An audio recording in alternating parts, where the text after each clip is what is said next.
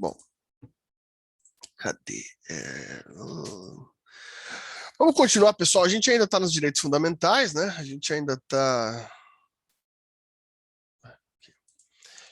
nos direitos fundamentais. Agora vamos prosseguir, né? Nos direitos fundamentais ainda aqui. Para alguns pontos importantes para a gente aqui, né? A gente, na última reunião que a gente teve, no último encontro nosso, a gente falou sobre toda aquela questão da liberdade de profissão, né? Liberdade de função, de atividade. Agora a gente sai de liberdades, ainda está em liberdade de certa forma, tá? A gente ainda está dentro das funções de liberdade, só que já partindo para outros institutos agora. Resta para a gente analisar a ideia de inviolabilidade domiciliar e sigilo de correspondência e liberdade de informação. São alguns elementos importantes aqui, né, do artigo 5º, que a gente precisa começar a discutir. São elementos mais fáceis, mais rápidos da gente entender, né? Então já vamos começar no artigo 11, né? No artigo 11 do inciso 11 do artigo 5º, a gente tem o seguinte texto: a casa é asilo inviolável do indivíduo, ninguém nela podendo penetrar sem consentimento do morador, salvo em casos, daí é aqui que repousa as questões, salvo em caso de flagrante delito, desastre ou para prestar socorro, ou durante o dia, por determinação judicial. Meus caros, alguns pontos a gente vai ter que trabalhar aqui. Primeiro, vamos começar de trás para frente, tá? Vamos começar de trás para frente. Eu preciso saber se vocês vão estar entendendo isso daqui. Por favor, me deixem a par disso tudo, tá? Senão eu vou só passando, porque vocês estão aí quietinhos, escondidos, né? Então vamos todos juntos. A casa é considerado, né, o espaço da casa, da residência, da propriedade, se define na Constituição como asilo inviolável do indivíduo, né? Ou seja, é somente aquele que detém poder sobre a residência, que deve gerenciá-la, ou seja, somente com consentimento do morador. Então, vamos ver isso daqui é importante, ó. A ideia de morador. Por que morador? Ora, porque a gente está trabalhando com aquele que detém o poder de posse da casa. Isso quer dizer que não é necessariamente o proprietário. Inclusive, meus caros, uma coisa importante. Eu sou o dono da casa. Né? A Ayla é a locatária. Né? A gente fez um contrato. A Ayla, ela contratou, fez um contrato de aluguel, está morando de aluguel numa casa que é de minha propriedade. Eu, como proprietário, entrar e sair da casa da Ayla a hora que eu quiser? Não, porque o título de proprietário é diferente da segurança da ideia do morador, do detentor do poder sobre a casa. Né? Ou seja, eu não posso entrar a hora que eu quiser. Inclusive, se eu entrar na casa da Ayla, se eu pegar a chave, entrar lá, ela vai poder alegar invasão do domicílio. Mas eu vou falar, mas eu sou proprietário. Sou proprietário, mas pelo contrato, pela força do contrato, né, pela força contratual de aluguel, eu não detenho poder sobre a casa, quem detém é a Ayla. Então ela tem que deixar eu entrar, ainda que eu seja proprietário. Então esse elemento aqui é um primeiro elemento muito importante, né, que o inciso 11 traz, que é a ideia do morador. Ou seja, não está falando de proprietário, a gente está falando daquele que detém poder sobre a casa. Eu sou proprietário e a casa está vazia, eu ainda detenho poder sobre a casa. né? Mas se eu tenho um contrato, por exemplo, de aluguel, ou um contrato de detenção, por exemplo, caseiro da fazenda, sabe?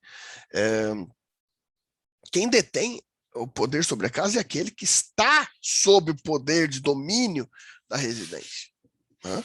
Ou seja, a gente está falando não de estrutura civil do Código Civil de propriedade. A gente está falando sobre a ideia, né, de posse. A gente está falando sobre a ideia civil de posse, né, aquele que detém poder sobre o imóvel. Então, sobre aquele que detém poder sobre o imóvel, a casa é um asilo inviolável. Né? Esse termo aqui é muito importante, né? Ele é um termo importante para a ideia da Constituição, né? Asilo inviolável. Existe essa inviolabilidade da estrutura domiciliar, né? Mas vejam, aqui a gente rompe essa estrutura a partir da ideia das exceções. Então, a partir daqui, né, depois dessa parte, a gente passa para as exceções para violabilidade do domicílio. Então, a partir daqui, nós temos, né, exceções para violabilidade do domicílio, ok? Bom, a partir dessa vírgula, a Constituição fala, mas a gente vai abrir algumas exceções para violabilidade do domicílio, que vão ser flagrante delito ou desastre, prestar socorro ou durante o dia por determinação judicial. Vamos começar pelo fim? Vamos começar por determinação judicial. É o famoso mandado, né? O juiz, uma autoridade judiciária competente, ela pode, sob fundamentação, então a determinação judicial, então vejam aqui, a determinação judicial obrigatoriamente fundamentada, a determinação judicial fundamentada, ou seja, ela não pode vir do nada, ela tem que fundamentar o porquê que está permitindo, né, a entrada. Ela pode vir a violar o domicílio. Então, por exemplo, a autoridade judicial, a polícia, por exemplo, em posse de uma determinação judicial, por exemplo, de mandado de busca, né, de mandado de prisão, né, ele pode vir a violar o domicílio. O problema é que a Constituição traz essa palavrinha aqui, durante o dia. Durante o dia. E o que seria durante o dia, meus caros? O que é dia? Alguém sabe me responder o que é o conceito constitucional de período diurno? O que é o período diurno? Quando vocês estiverem presencial, vocês me pagam, eu vou olhar para a cara de vocês, vou perguntar diretamente para vocês. Esse silêncio ensurdecedor que vocês estão aqui já no final desse ano, no primeiro ano. Professor, seria tipo a hora que o sol nasce? Olha, Giovana, querendo, não sei se você chutou ou se você fez leituras aprofundadas, eu vou saber que você fez a leitura, porque você está lendo os livros aí. Você está corretíssima, porque tem dois critérios, Giovana. Tem um primeiro critério que é o critério cronológico ou o critério físico-astronômico. Né? Se a gente fosse aceitar o critério cronológico, basicamente a gente teria que determinar um horário, né? Um horário para o amanhecer e para o crepúsculo. Né? Alguns estados adotam isso. Por exemplo, a partir das 6 da manhã é considerado dia, até as 6 da tarde, considerado dia. O critério cronológico não é o adotado no Brasil. Né? O Brasil não adota o critério cronológico. Né? O Brasil não adota o critério cronológico. O que a gente adota no Brasil é o critério, né? É o critério físico-astronômico. Que o critério físico-astronômico é isso que a Giovana falou para a gente. Critério físico-astronômico significa, vou até escrever aqui, né? O dia, o período diurno se dá do amanhecer ao crepúsculo. Isso aqui é muito importante para a nossa estrutura. Significa dizer que a gente não vai se fundamentar pelo horário, e sim pelo critério físico-astronômico, do nascer do Sol ao pôr do Sol. Né? Isso aqui é até interessante, meus caros, porque assim, vocês, não sei se vocês já viram operações policiais com mandado de prisão, por exemplo, né? Critérios com mandado de prisão. É interessante porque às vezes a polícia chega de madrugada, por exemplo, a polícia chega de madrugada, às 5 horas da manhã, e fica esperando amanhecer para cumprir o mandado. Porque o mandado, né, de violabilidade domiciliar, ele só pode ser cumprido durante o dia. Né? Se pôs o sol se tentou cumprir o mandado, é ilegal. Né? Antes do nascer do sol e depois do pôr do sol, é ilegal o cumprimento de mandado. Então Professor, é isso. por isso que os policiais já estão 6 horas da manhã, né, na casa dos caras. Uhum.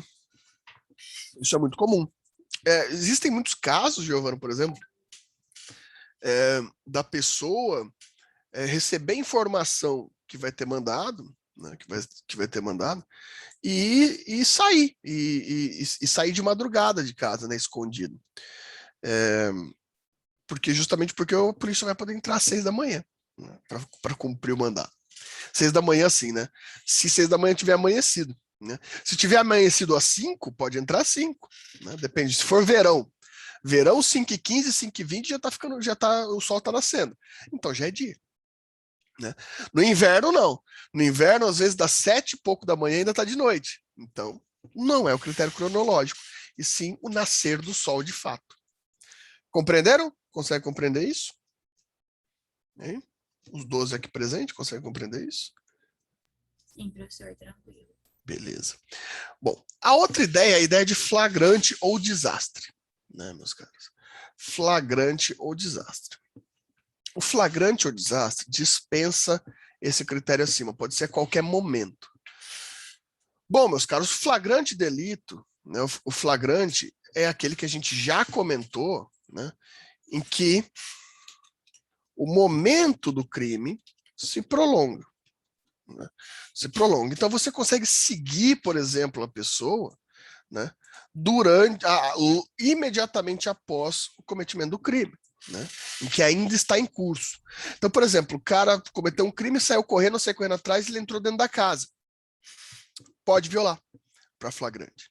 Né? Ou, por exemplo, para um flagrante é perigoso do ponto de vista estrutural, mas vocês já devem ter visto, por exemplo, operação policial que arromba uma casa, por exemplo, né, para salvar um sequestro, ou para fazer posse de drogas, né? Porque ali vai estar o flagrante. Né? O flagrante. Imagina só, mas agora imagina o problema. A polícia invade uma casa e não tem flagrante lá dentro. Vai dar um problema judiciário. Né? Então, o flagrante tem que ter certeza. Ah, mas isso não é ruim? Não, não é ruim, pessoal, porque a gente tem que ter a proteção da inviolabilidade domiciliar. Ela tem que ser protegida. Né? Então, não é ruim que isso aconteça. Ah, mas daí vai entrar lá, os caras esconderam a droga, deram perdido, e daí a polícia vai ser penalizada. Porque flagrante não é para ficar se fazendo assim, principalmente em questão de drogas. É melhor você ter um mandato para entrar para descobrir isso, porque beleza, um sequestro está acontecendo, vai violar o domicílio, né? Um crime está acontecendo, uma pessoa está pedindo socorro, né? Você pode violar o domicílio, né? E deve, inclusive, né? Você tem esse dever, inclusive, né? Tem aquela questão, né? Em briga de marido e mulher, ninguém mete a colher. Isso é horrível de se pensar. É detestável de pensar. Se tiver alguém pedindo socorro dentro da minha casa, não só as autoridades policiais, né? Mas qualquer um pode entrar e fazer o flagrante. Diga, Ayla. Professor, a título de curiosidade, moro num condomínio aqui que vira e mexe tem a discussão sobre o uso de maconha, enfim, de outras coisas aqui pelo cheiro e tudo mais. Uhum. A legislação interna aqui do condomínio prevê que é proibido, etc, etc. E aí, semana passada, gerou-se uma discussão horrível, em que um dos moradores, inclusive, ameaçou o síndico, que caso o síndico não fosse tomar as medidas cabíveis de ir até a casa desse morador, enfim, ele tomaria medidas mais drásticas. O síndico não tem esse poder, né? Não, O cara tá fumando maconha dentro da casa dele, é delicado. beleza. É delicada essa questão. Porque, assim, tecnicamente, Ayla, o porte de maconha é ilegal. Né? Tecnicamente é ilegal. E se pode fazer flagrante em crime, né? Em qualquer pessoa, não só uma autoridade policial. Né? Mas, ainda assim, o porte de drogas não tem pena. Né? Não tem pena de prisão. Então, assim, não vou dizer que é impossível, que o síndico não pode ir lá. Até que pode, mas a chance disso dar problema para o síndico, justamente pela falta de autoridade que possa ter, é maior do que a possibilidade de só parar com aquilo. Né? Porque, assim, de fato, a pessoa está dentro do espaço privado dela, mas tem a questão de que tem uma ilegalidade ocorrendo. Né? É difícil falar isso, né? Na verdade, tá mais uma chatice, né? O condomínio tá querendo ser chatão, né? Mas enfim. Eu nem vou entrar nesse mérito, vive tendo briga aqui, mas a questão é que agora alguns moradores passaram a ameaçar o síndico, até porque o condomínio aqui, o regimento interno prevê multa, e pelo que eu entendi, eles não foram multados, esse pessoal, enfim. E aí o síndico alega que ele não pode, e o pessoal está nessa cobrança aí, gera uma situação, enfim, entre... Gera, mas imagina a situação que está gerando, Não vou dizer que é impossível fazer o flagrante ali, porque qualquer pessoa pode fazer o flagrante, mas é arriscadíssimo. É arriscadíssimo, não seria recomendável. Se eu fosse advogado síndico, eu nunca recomendaria ele a fazer isso. Né? Seria extremamente arriscado para ele. Na verdade, a ideia seria... agora estaria virando. Se você diz, por exemplo, que tem morador ameaçando o síndico, é mais fácil o problema ser ameaça ao síndico do que propriamente as pessoas fumando maconha dentro de casa, nesse momento. Entendi. Enfim, é complicado. Não é fácil, não. Condomínio é uma porcaria. Sem querer polemizar o assunto aí, porque já é polêmico, mas então cadê a situação do que é certo? Nós fazemos direito para fazer o que é certo. Eu não sou a puritana, não, nem estou falando que fumo maconha, lógico. Mas se a pessoa está fumando maconha dentro de um prédio, onde ela sabe que ela convive com outras famílias, e ela está fazendo isso e está, né, incomodando, eu também estou no meu direito de reclamar, ué. Márcio, difícil, hein? Primeiro É que... difícil nada, professor. Por exemplo, eu não posso. É lógico que eu não vou querer. É o tal do medo, né? Que nem o próprio professor falou aí. Brigo de marido e mulher, não se mete a colher. Agora eu vou ver aqui um vizinho matando a vizinha e eu não vou falar nada. Não, mas é isso que eu tô falando. Aquele exemplo foi justamente nesse sentido. Essa questão de não meter a colher é errada. Na verdade, se você tem... Não, Se mas a você... questão também de não ligar para a autoridade e verificar a questão da maconha também é errado, porque pode ser um ponto de droga. Mas o que eu tô dizendo... Eu tenho filho, eu tenho criança pequena, não quero expor a minha situação, eu estou vivendo junto com a pessoa ali naquela comunidade agora. Se a pessoa mora na casa dela, não convive com ninguém, está no quintal dela, é uma coisa. Agora, dentro do condomínio, precisa seguir uma regra. Não, a questão que eu falo do não intervir é a questão do síndico quanto a intervir na violabilidade domiciliar. Não, mas o síndico, ele é autoridade dentro. Eu não iria ser, gente, eu não quero dizer aqui que eu iria ser a chata de galocha que ameaçar o cara. Tudo tem uma questão também de bom senso. É lógico que eu não vou ameaçar, porque o cara também não é policial. Mas ele, como responsabilidade máxima dentro de um condomínio, ele tem que providenciar alguma solução. Qual seria a primeira solução, no meu ponto de vista? Chamar o vizinho aí, ou bacana aí, para conversar. Mas é nesse ponto que eu estou querendo colocar. A questão é, justificaria... Eu acho que a questão, principalmente a questão que ela coloca, é justificaria a entrada, a violabilidade domiciliar? Não, de forma alguma não. Mas justificaria ele ser chamado, ser ali, vamos dizer assim, como é que fala? Que eu fazia era oh meu Deus, advertido através de um papel. Advertido, multa, isso é possível. Meu amigo, olha, você mora num convívio social aqui, existem pessoas que estão me cobrando uma atitude, eu sou síndico, não sou autoridade policial, mas estou te advertindo aqui dessa situação. E já, agora, a não ser que o cara for um cara perigoso, o cara que que fuma maconha. Mas, em via de regra, às vezes, não, né? É mais um cachimbo da paz do que um Você tá fumando perigo. maconha, vai ser difícil, ser perigoso, né? Até o cara levantar a cabeça vai demorar. Mas, Pronto, eu falo assim, vai que ele ameaça, entendeu? De volta o síndico. sei, Aí o síndico sei. tem que estar preparado. Sei. Não, então, mas eu acho que essa discussão, eu acho que pelo que a Ayla falou, inclusive, eu acho que uma das cobranças dos moradores está sendo que o cara não foi multado, porque isso é cabível de fato, né? Chamar, fazer advertência e etc. A grande questão aqui seria: isso justifica a violabilidade? Veja, é possível, e é aí que está o ponto. Eu não estou dizendo que é impossível. Tecnicamente é possível o síndico entrar na casa do cara, mas é arriscado. Principalmente sendo maconha, né? O cara pode pegar essa maconha, jogar na privada e sumir. Daí não vai ter flagrante. Daí quem vai se prejudicar vai ser o síndico, né? Quem vai se prejudicar vai ser, Verdade, verdade. né? Quem vai se prejudicar vai ser o síndico. Então, de fato, esses outros meses daí, não sei, eu não sei como está a situação aí no pré da área, não estar fácil. Mas me parece que assim, essa ideia de, por exemplo, multar, advertir, etc., seria cabível e seria o correto a se fazer. Agora, a violabilidade até se justificaria, mas seria arriscado demais para o síndico fazer isso. Porque, assim, apesar da gente ter essa possibilidade do flagrante na violabilidade domiciliar, ela é muito. Eu acho que vocês conseguem perceber que, como é delicada. Até para a polícia, para a autoridade policial fazer esse flagrante, tem que se pensar muito nas condições de se fazer. Por exemplo, mas questão. E drogas normalmente tem esse problema, né? Porque, primeiro, que drogas é um crime econômico. Né? Se vocês já pensaram, não sei se já pensaram sobre isso, né? Tráfico de drogas ou etc., é crime econômico. Se for porte, então, é crime de perigo pessoal, né? Enfim, mas daí uma agressão, por exemplo, é o exemplo que eu dei. Então tem a sua vizinha apanha do marido todo dia e fica gritando por socorro. Você deve não fazer nada, né? Porque eles são um casal, eles têm que se resolver. Lógico que não. Você chama a polícia entra e pega o flagrante de violência. É muito mais fácil definir.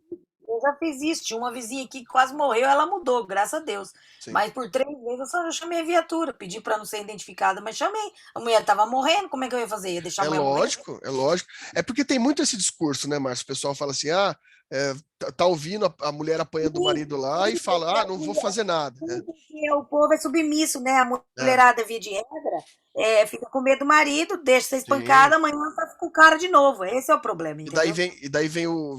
vem os vizinhos e não querem falar, não vou me meter nisso não, mas violência é violência. Né? E a violência, crimes de violência são muito mais fáceis da flagrante, porque deixa marca, né? Eles são contínuos. Né? Então, nesse caso, por exemplo, sequestro, violência, o flagrante é muito mais justificável, muito mais fácil da gente conseguir conceber, né? O flagrante nesse caso. Mas em caso de tráfico de drogas é sempre difícil. A menos, por exemplo, que seja uma casa que faz refinaria de cocaína ou de crack. Então tem todos os instrumentos, né, para fazer a droga em si. Daí é mais fácil de dar flagrante, né? Mas só o uso assim é mais difícil, porque o cara pode simplesmente assumir isso do negócio, não tem mais flagrante.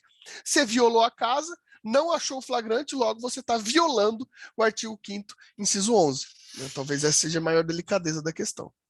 O que se aplica também, né, e daí a gente já junta isso, esse flagrante é a mesma coisa do desastre. Né? Caiu o teto da casa de alguém, você pode arrombar a porta para salvar a pessoa? Claro que pode. Né? No caso de prestação de socorro, assim como o flagrante, a prestação de socorro também permite a violabilidade do domicílio. Né? Tem uma idosa do lado, você mora do lado de uma idosa. Né? A idosa ela cai, ela cai, você ouve ela pedindo por ajuda, né? Ela caiu, não consegue levantar, daí você arromba a porta da casa dela e entra para ajudar. Pode, claro que pode, né? Faz parte de prestação de socorro, o desastre e o flagrante estão no mesmo conjunto ali de possibilidade de violação do domicílio. Compreende? Sim. Legal. Né? E daí, por fim, meus caros, a gente tem que pensar também o que é casa, né? Uma loja. Você tem uma loja, a loja é casa. Difícil, né? Porque daí a gente está falando de violação. A loja normalmente deixa as portas abertas para que você entre. Né? Em geral, então, a gente tem que pensar da seguinte forma. Um local público, um comércio, por exemplo, que deixa as portas abertas para o público, né? Ele vai ter uma relativização da inviolabilidade. Né? Dentro do espaço entregue à visitação. Por isso que vocês sempre veem, por exemplo, Você entra no lugar, daí tem uma porta escrito área restrita a funcionários. Ali já vai ser considerado violação, porque não é o espaço aberto ao público, né? Já não é o espaço aberto ao público. E também, obviamente, dentro do horário de funcionamento. O horário de funcionamento vai determinar muito bem também essa violabilidade do domicílio. É bem fácil da gente observar isso, né? Então, o comércio vai ser casa dentro dos espaços e dos horários não abertos ao público. Então, também vai ser garantida a inviolabilidade do domicílio fora desse espectro de abertura pública. Consegue compreender? Tem alguma dúvida sobre isso?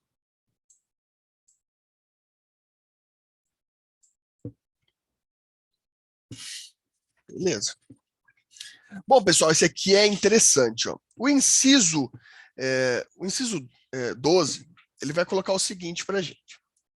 É inviolável o sigilo da correspondência, das comunicações telegráficas, dados, vejam, dados, e das comunicações telefônicas, salvo, no último caso, telefônicas, por ordem judicial, nas hipóteses na forma da lei que estabelecer para fins de investigação criminal ou instrução do processual penal. Bom, meus caros, primeiro, né, informações, a gente tem a violabilidade das comunicações telegráficas, mas ninguém usa telégrafo mais hoje em dia, né? Mas está lá, está defendido, né, de certa forma. Mas enfim, a gente está falando de sigilo de correspondência. Primeiro, vamos entender o que é correspondência. O que é correspondência? Meus caros, correspondência são todas as informações de troca de comunicação, né, por forma escrita, né, que a gente pode ter acesso. Então, a gente vai ter desde a carta, né, também o e-mail. Obviamente, o e-mail também entra no sigilo de correspondência. Né? Entra, como vocês podem ver ali, dados. Né, e-mail. Né? E, claro, todo tipo de mensagem, né, virtual também. Meus caros, correspondência é toda troca de mensagens. Isso é garantido constitucionalmente. A Ayla está com esse problema no condomínio dela aí. Espero que também não tenha outra pessoa abrindo carta, porque eu já morei no condomínio que a síndica ficava abrindo nossas cartas. Isso é crime, né? Isso advém da forma da Constituição e é aplicada por criminalização.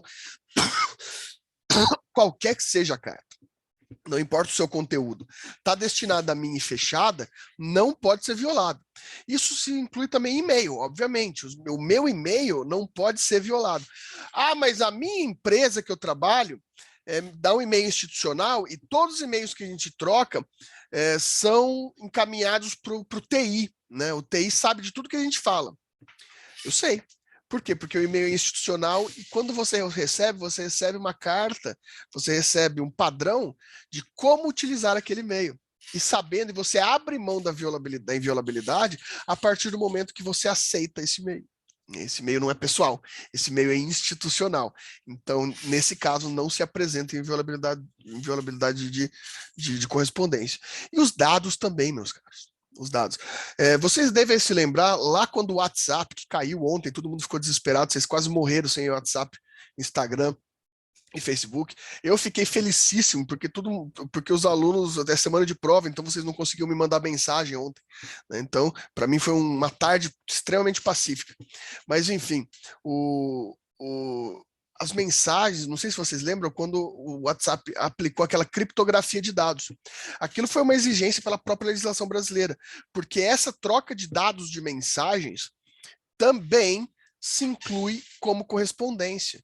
Então, você aí que fica fuçando no WhatsApp da sua namorada, do seu namorado, né, fica abrindo sem autorização, você aí que fica vendo os e-mails, fica vendo as mensagens, você está agindo em desacordo com a Constituição e cometendo um crime, tá? Né? É inviolável o sigilo. Ah, mas a pessoa estava me traindo. Isso justifica, então, que eu olhei as mensagens dela. Não, por que que não justifica, meu caro? Porque traição não é crime, logo não se apresenta flagrante delito. Né? Se a traição não é crime, você não pode, nem não se justifica, por isso você continua cometendo crime. Tá? É triste, sinto muito pelo seu chifre, né? Sinto muito pelo seu sofrimento. Né? A única coisa que eu posso fazer por você é lamentar que você descobriu dessa forma. Mas não pode ficar olhando sem autorização. É claro, se o seu parceiro te oferecer a senha, etc., daí ele abriu mão do direito de inviolabilidade. Né? Só espero que o seu parceiro tenha oferecido essa senha de livre e espontânea vontade e não por coação. Porque se for por coação, também é inviolabilidade de correspondência. Né? Porque não tem o livre-arbítrio. Né?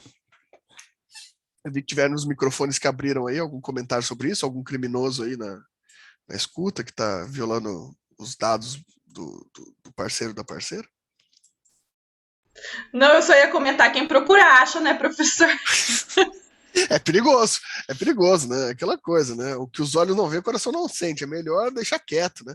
Confiança, pessoal, confiança. Né?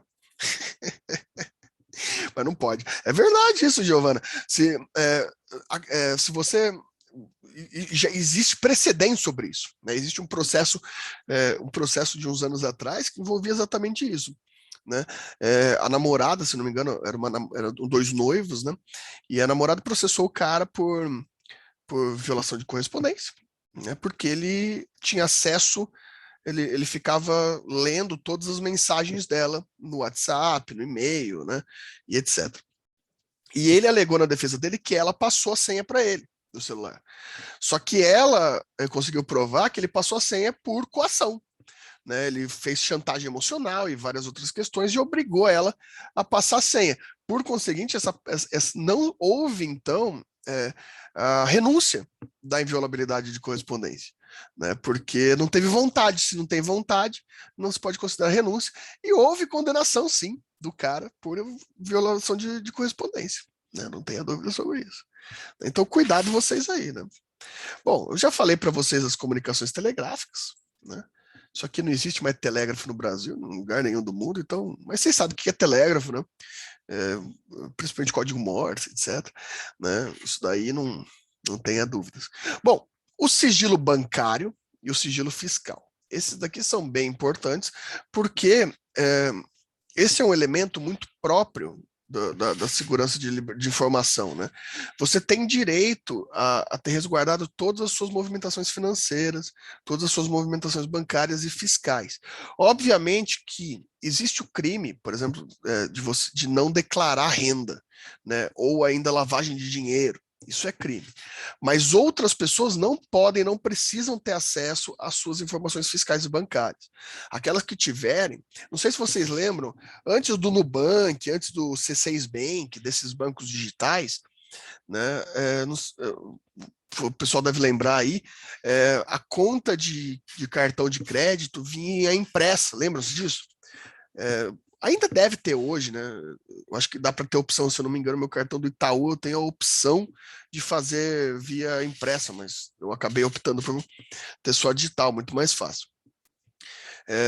Mas deve ter essas opções ainda nos bancos. Mas vinha na sua casa uma correspondência com todos os seus gastos. E era extremamente grave, porque existia muita violação bancária a partir disso. Né? Você não pode ter acesso a dados bancários e fiscais de outrem. Né? Não pode. Isso daí se garante também nesse sentido. E por último, meus caros, tem a questão dos dados das comunicações telefônicas. Né? Meus caros, vejam só. Existe uma diferença de quebra de dados e das comunicações. Né? Quando a gente fala em quebra de dados, normalmente a gente está falando, né, normalmente quando a gente fala assim, requer quebra dos dados telefônicos. Né? O que é isso? A gente vai ter acesso, né, às ligações, não os áudios. Isso não é um grampo.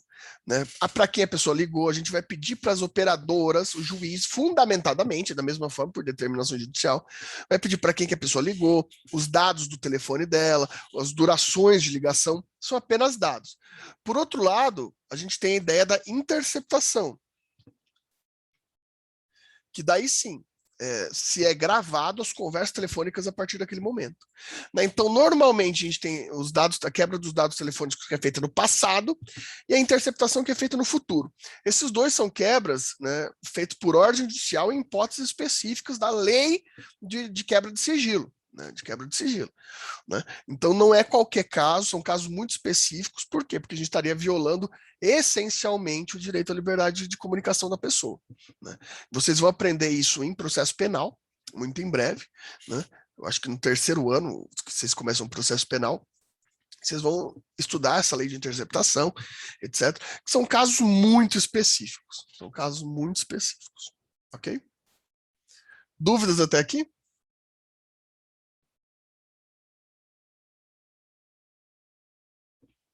Ok, professor. Beleza.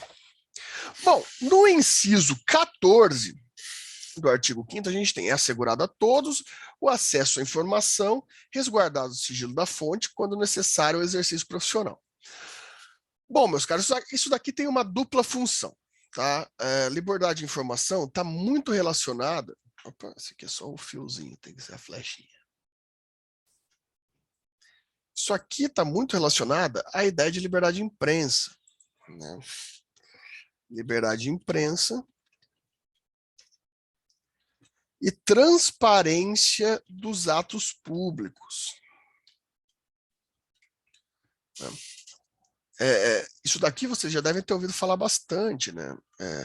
A liberdade de imprensa está justamente relacionada aqui à ideia de acesso e a uma exceção específica, que é o sigilo da fonte. Não sei se vocês se lembram que lá na liberdade de manifestação do pensamento, né, lá na liberdade de manifestação de pensamento, existia lá a vedação do anonimato. Lembram-se disso? Com exceção jornalística. A fonte, é garantida que a fonte possa ser sigilosa. Mas, para ainda ter a manifestação de pensamento, essa matéria que usa fonte sigilosa deve ter declaração de autoria editorial. Ou seja, alguém vai ter que assumir a responsabilidade daquilo. Normalmente é a função editorial que assume a responsabilidade. Mas se garante o sigilo da fonte. Inclusive, uma fonte informa tal coisa, daí um juiz quer que eu fale quem é a fonte, não pode. Eu posso alegar. Já estão assistindo a CPI? Né? Teve aquela advogada que foi lá representar os médicos da Precisa, lembra? Daí o Marcos Rogério ficou insistindo lá que ela revelasse quem eram os clientes dele. Ela alegou corretamente o sigilo de profissão. Não há violabilidade do sigilo de profissão. Assim como o jornalista também. Não importa, ele não precisa falar em hipótese alguma, né, a fonte anônima dele. Né, garantia de profissão. Na verdade, se falar, inclusive, é violação. Né? De outro lado, a gente tem na liberdade de acesso à informação a ideia da transparência dos atos públicos. Ou seja, a gente tem que ter acesso, garantir acesso tanto pela imprensa, e quanto ter acesso a atos públicos como liberdade. A gente tem direito a ter acesso. Né? Vocês já devem ter ouvido falar, né, do site da transparência. Já ouviram falar do site da transparência? No site da transparência você tem todos os atos públicos declarados da forma financeira, inclusive salário de funcionário público. Você quer saber quanto o funcionário público ganha? É só entrar no site da transparência, está tudo lá. Isso não seria violabilidade bancária? Já foi muito discutido, se entende que não, justamente porque não se faz mensuração dos gastos privados dessa pessoa, mas sim o valor público gasto pelo Estado em relação a essa pessoa. Né? Então, isso é direito do cidadão saber o que ele está, o cidadão contribuinte saber para onde o dinheiro dele está indo. Né? Então, para isso que tem o site da transparência. Né? O site da transparência está aí justamente por isso, todos vocês podem acessar, não é difícil de usar, né? Quem tiver curiosidade, entra lá qualquer dia. Né? Você vai encontrar essa questão lá que faz parte aí do inciso 14. Professor, uma Diga. dúvida aqui. A gente pode falar então que a fake news é um crime? Eu entendi. Por conta da liberdade da liberdade de imprensa, né? É, é, é um dos fundamentos, um deles, tá, Giovana? Um deles, que vem sendo levantado é a partir dessa questão, que quando você assegura o acesso à informação, a fake news ela trabalha de uma forma, é porque a gente ainda está muito novo, né? A gente não pode acessar de fato, né, a sentença porque ainda é muito novo, mas um dos argumentos é justamente esse. Se a Constituição garante o acesso à informação, quando vem uma informação falsa, né, uma informação não verificada, uma informação jornalística ou não falsa, né, ela contradiz o acesso à informação, ela faz o acesso à desinformação. Esse é um dos argumentos, sim. A gente tem argumentos sobre limitação de liberdade de expressão, a gente tem argumentos sobre incitação de ódio, tem vários argumentos. Mas um deles, certamente, é o acesso à informação na fake news. Inclusive, é um excelente tema de pesquisa.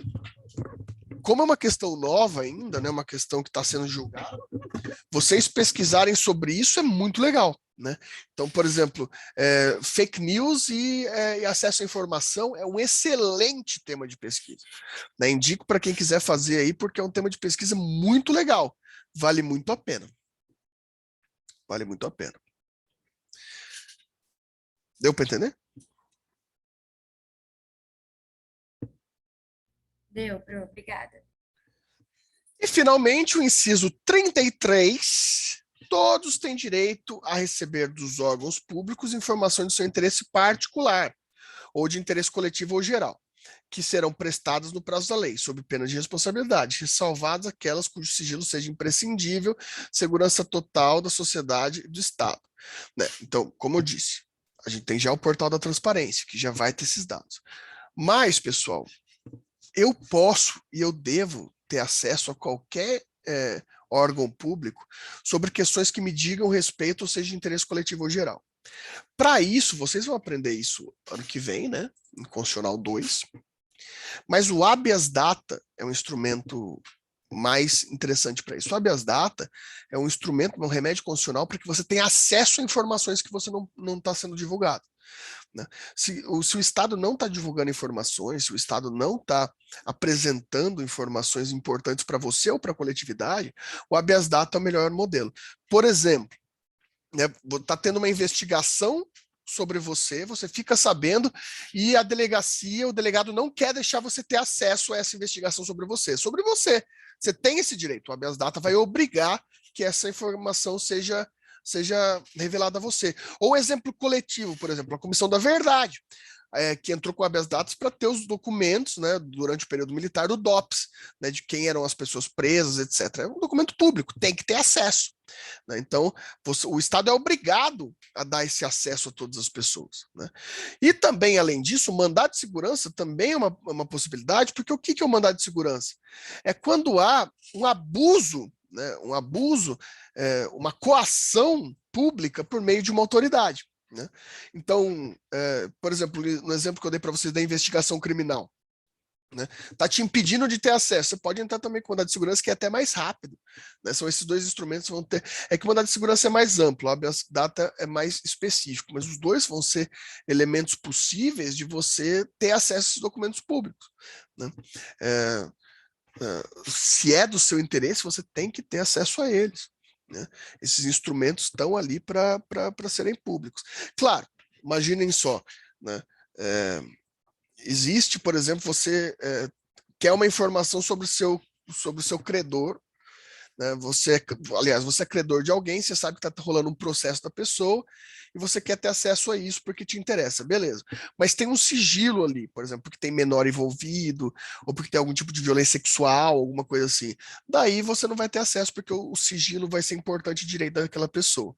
Né? Mas daí tem que ser fundamentado também em cima da estrutura do sigilo.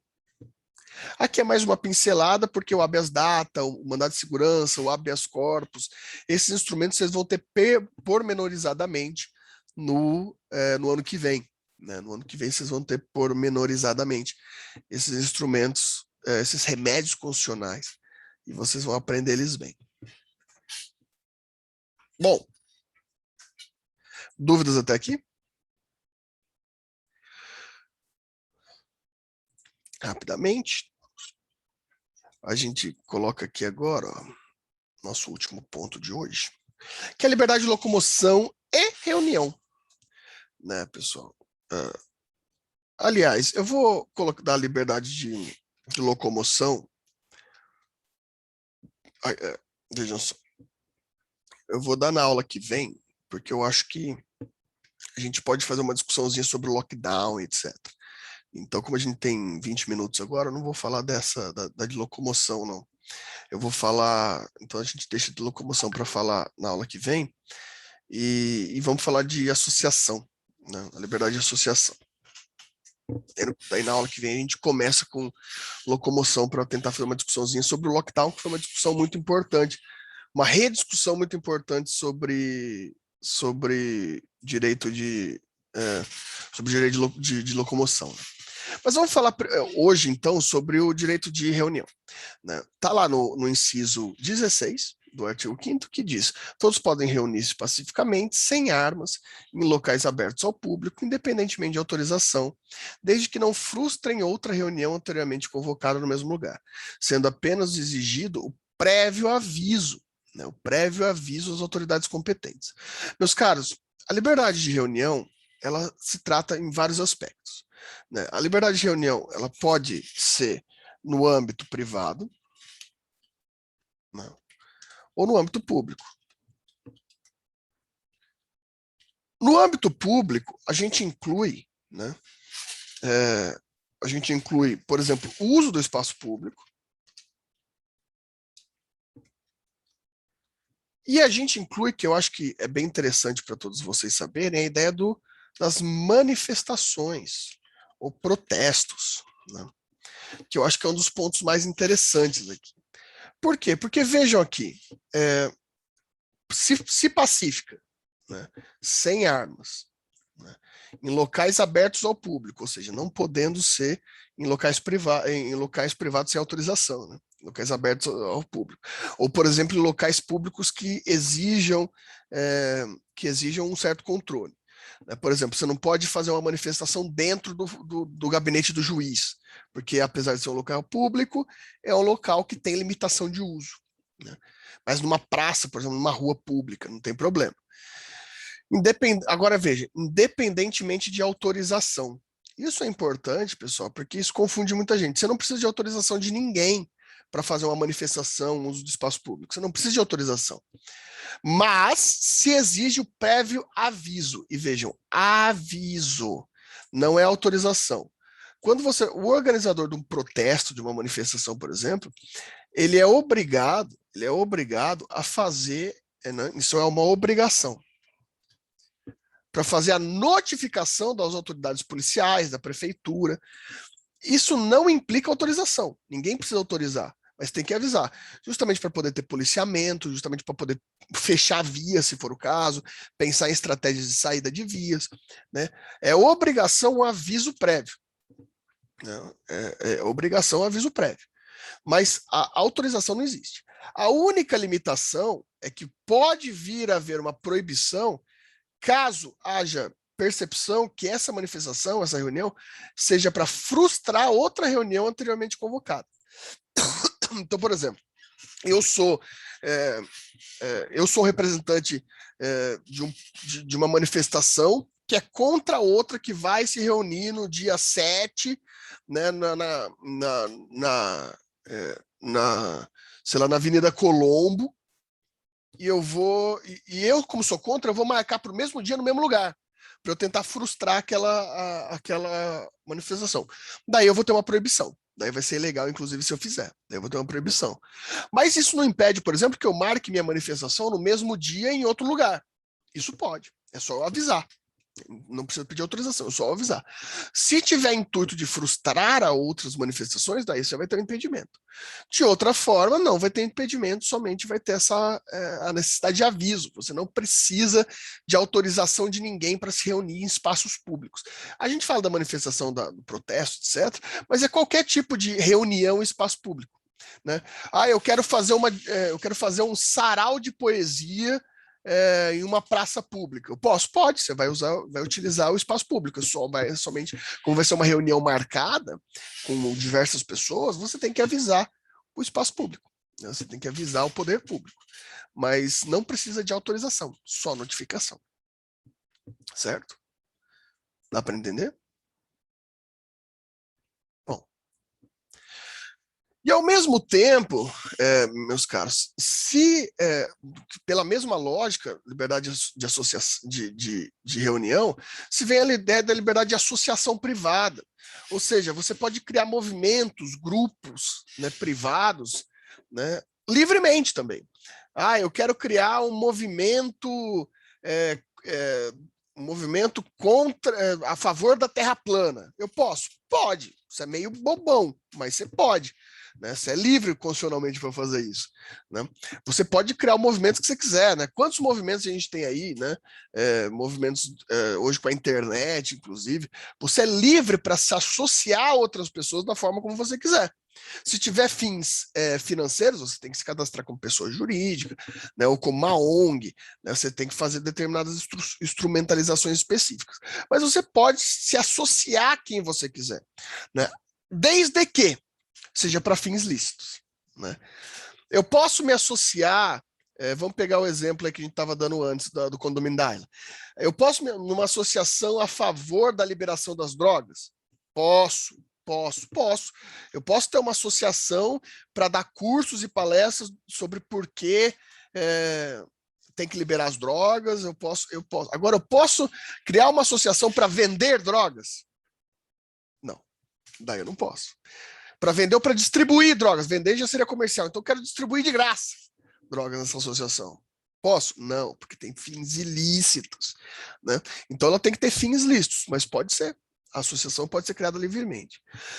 Outra associação que eu não posso criar, uma associação paramilitar, um movimento violento, um movimento de violência paramilitar. Eu não posso, movimento bélico, movimento de violência, não pode ser criado, eu não posso criar movimentos paramilitares. Né? Ele pode ser feito, ele pode ser dissolvido por meio de decisão judicial, se configurar fins lícitos ou associação paramilitar. A própria justiça pode dissolver essa associação, né? Mas sempre, em qualquer hipótese, vai ser vedada a associação compulsória. Né? A associação nunca pode obrigar uma classe a se filiar a ela. Né? Que é o que apresenta, por exemplo, com a ideia do sindicato, que é uma associação. É direito, o sindicato está previsto na Constituição pelas suas modalidades, mas a gente pode usar aí como comparação. É garantido, mas você não pode ser obrigado a se filiar. Né? Então, por exemplo, vocês abrem uma associação de alunos da Faculdade de Maringá. Pode? Claro que pode. Né? É como se fosse um DCE, como se fosse um centro acadêmico. Né? Vocês podem criar associação de alunos da Faculdade de Maringá. Agora, a Márcia não quer entrar nessa associação, ela acha besteira, não quer entrar. Né?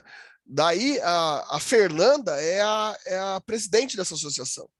E ela obriga, ela quer compulsivamente que todos os alunos participem. Pode? Não pode. Mas pode ter fim lucrativo? Lucrativo pode, nada impede. Nada impede. Pode ter não fins lucrativos, mas retirada de pecúnia dos membros? Pode. Mas desde que seja voluntário. E também, para que haja uma associação, também tem uma regrinha específica, que é a liberdade de representação. Por exemplo, eu não, porque eu sou professor, mas vamos supor, por exemplo, que a Maria Carolina criou a Associação de Estudantes da Faculdade de Maringá. Né?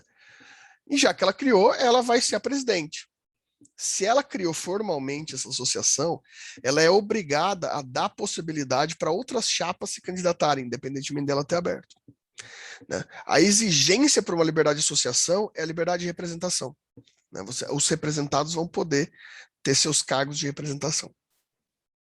Isso é obrigatoriedade para uma criação formal de associação. Dúvidas? Dúvidas? Tranquilo. Nada muito polêmico hoje. Você nem falou hoje, Fernando. Hoje não foi nada sensível. Nada muito polêmico. Eu tenho uma dúvida, professor. Diga, Na associação vai precisar de autorização judicial para representar? a autorização judicial não. O que você vai precisar é de uma formalização. Ela precisa ser formal, né? Tem todas as possibilidades de implementação. Você vai precisar de um CNPJ, né? E dentro dessa necessidade de CNPJ tem algumas exigências, né? Declarar se tem fins lucrativos, se não tem fins lucrativos, qual é a amplitude da representação, qual que é o estatuto, né? Daí nesse estatuto vai ser obrigado que você tenha períodos de mandato e como que vão ser feitas as eleições, né? Então você não precisa de autorização judicial, mas você tem uma formalidade para que ela exista, né? E isso vai vir a partir da abertura do CNPJ.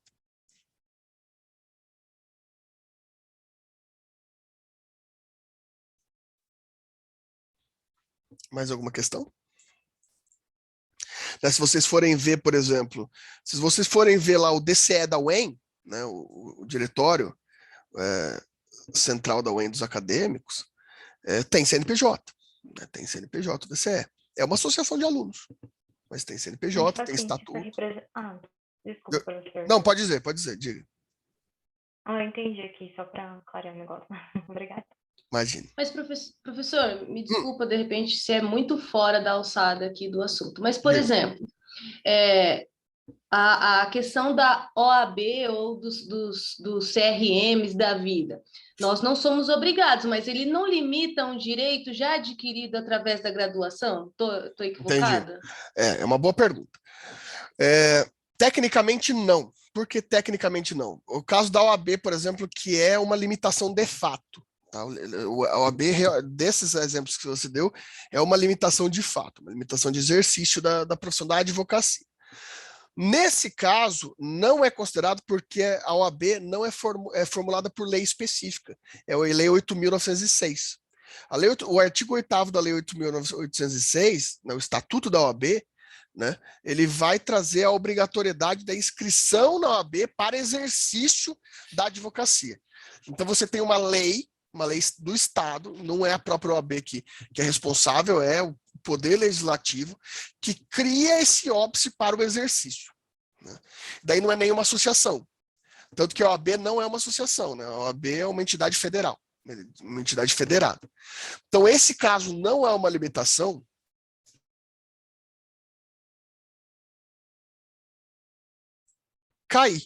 Minha internet caiu, desculpe. Mas como eu estava falando para ela, no caso, não é uma limitação, né, porque está previsto em lei. Então, não foi a própria, vamos colocar por essa lógica, ela, não foi a própria instituição, não foi a própria associação que fez a exigência, foi a lei, né, foi o Poder Legislativo que exigiu para controle do exercício de advocacia. A mesma coisa se implica aos conselhos regionais e conselhos federais.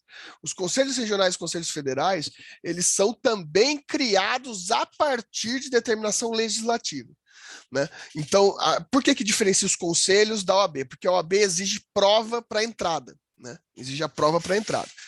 O CRM, o CRC e etc., eles não exigem prova, ele exige a associação. Só que essa associação, ela é prevista em lei. Por estar prevista em lei, ela não torna ilegal, porque não foi a associação que criou essa obrigatoriedade, foi a própria lei que criou essa obrigatoriedade. Ou seja, não é a associação, é a próprio Poder Legislativo. Compreendido. Obrigada. Beleza? Mais alguma questão?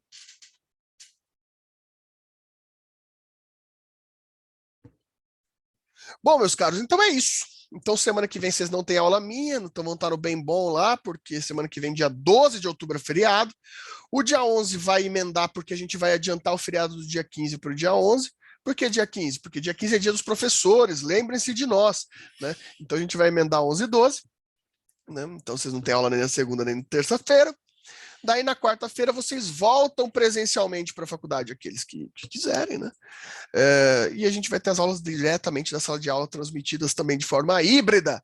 Então, sem ser terça-feira que vem, que a gente não tem aula, no dia 12, mas no dia 19, aguardo vocês em sala de aula, lá para a gente poder fazer nossos próprios debates mais presencialmente. Lembre-se que daí vocês não vão ter mais possibilidade, vai acabar o semestre, vocês só vão me reencontrar no terceiro ano, então vocês vão sentir falta, né? Então é bom já ir para a gente debater. Bom, pessoal, Então, muito obrigado para vocês, uma boa resto de semana para vocês, final de semana, estudem bem aí, logo as notas estão aí, mas vai ficar tudo certo, fiquem tranquilos, e a gente vai se falando. Grande abraço, meus caros, até mais.